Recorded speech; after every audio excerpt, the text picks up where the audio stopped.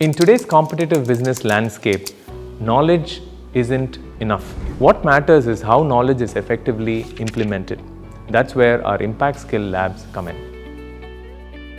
Our Impact Skill Labs are conducted over the first 3 terms of the PGPM program. During the first term, we focus on communication and data handling skills. In communication, we help our students become more articulate and clear with their communication skills, especially verbal. In our data labs, we first help our students deal with data, clean data, visualize data, and then as they go along, we help them develop insights and visualizations.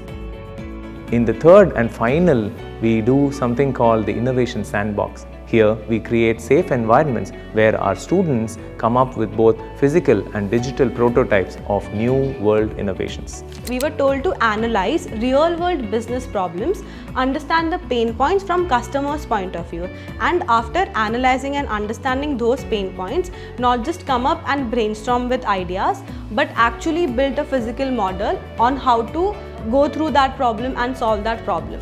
These labs go beyond traditional classroom learning and empower our students to develop hands-on skills.